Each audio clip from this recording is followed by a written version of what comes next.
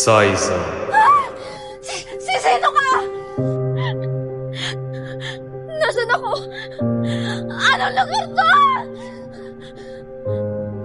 Nagising ka rin, Saiza. Ngunit hindi ito ang mundong kilala mo. Ano to? Panaginip ba to? Mas malala pa.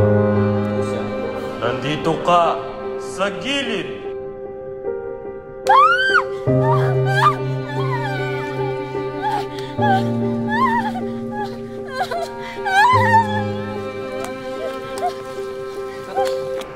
Kung saan nandito ang mga kaluluwang hindi kayang tumawid. Bago ka makabalik o makatawid, kailangan mong harapin ang 5 muka ng sarili mo. Bakit ako? Dahil sa tanong mong yan, Saiza, lagi kang nagtatanong, pero bihira ka sumagot. Kumusta, Saiza? Gutom ka ba? O uhaw sa kasagutan? Sino ka? Nasaan ako? Anong lugar to? Ito ang lugar ng mga katanungan. Lugar ng mga taong takot pumili. Anong ibig mong sabihin? Simple lang. Ilang taon ka na natatakot? Gusto mong mabuhay, pero takot kang gumalaw? Takot ka sa sarili mong anino. Masama bang mag-ingat? Hindi. Pero kung puro ka ingat, paano ka gagalaw? Paano mo masasabing buhay ka? Isa-isa, nanonood ka lang naman sa buhay mo eh. Para kang multong may katawang lupa, pero walang desisyon. Paano ako gagalaw? Tama. Paano nga ba ako gagalaw? Kanina pa paulit-ulit na sinasabi ang mga katanungan na kapag nasagot, ako'y magiging malaya. Pero bakit? Nakakulong ako sa sarili kong kasagutan. Ayoko lang naman magkamali. Natatakot ako. Pero hindi kayo tumabante. Mas gusto mo bang hindi mabuhay ng buo? Kesa masaktan? Baka oo. Kaya ka nandito, hindi para sagutin yung mga katanungan, kundi para pumili. Kahit walang kasiguro. Lumalakad ang oras, Saiza. Tandaan mo, hindi maghihintay ang oras sa'yo. Kahit tumigil ang pag-ikot ng mundo mo.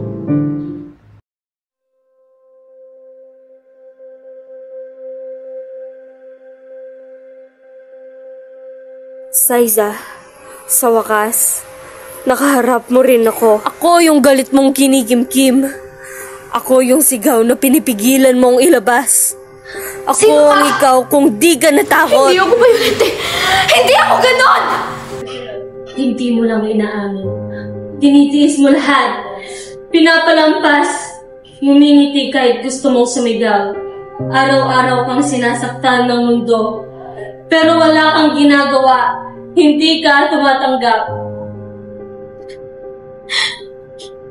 Kasi kapag ako ang sumigaw, ako yung masama. Masama bang ipagtanggol ng sarili? Masama bang mabuhay ng buo?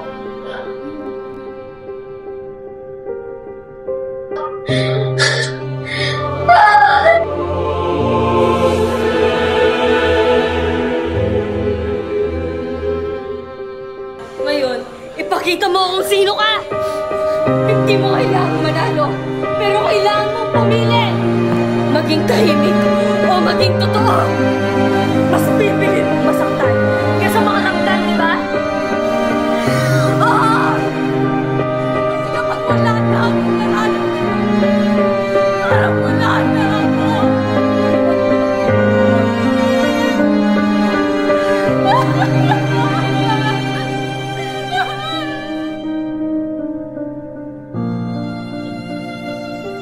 Ayan, ngayon ko lang tunay na huminga.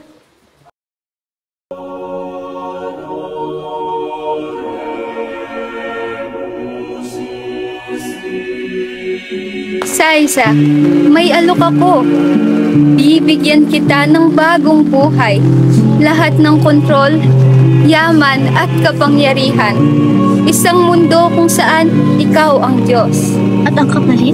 Ang katotohanan, ang kaluluwa mo, ang kakayahang magsisi. At kung tatanggihan ko? Pipiliin mong harapin ako, pero di ko kaaway ang mga totoo sa sarili.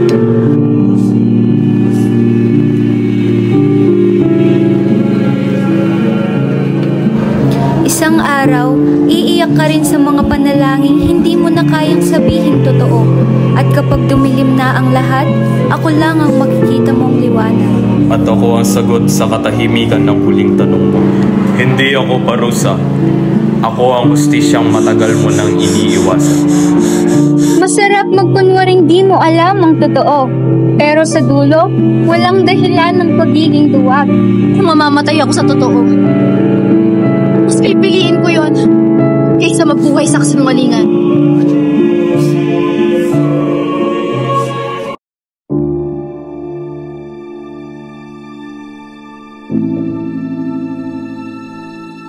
Pagod ka namin.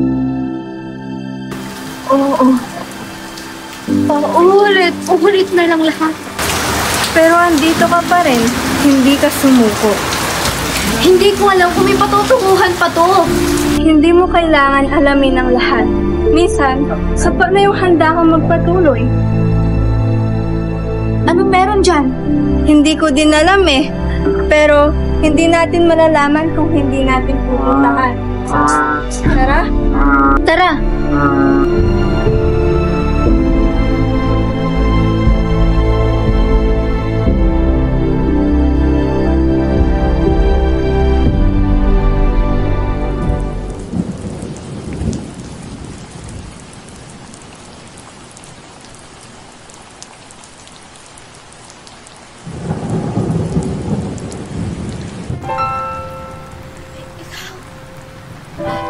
Ako noon.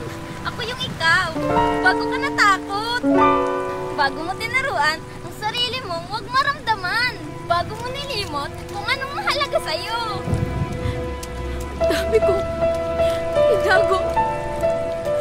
Ang dami kong pilit kinalimutan. Kahit ikaw. Alam ko naman eh, ginawa mo yon para mabuhay. Para hindi mo saktan. Pero ang bigat. Para akong araw-araw umihinga. Pero hindi ako mahal. Hindi mo kailangan maging perfecto. Hindi mo kailangan tama lahat ang sagot. Kailangan mo lang ay maging totoo.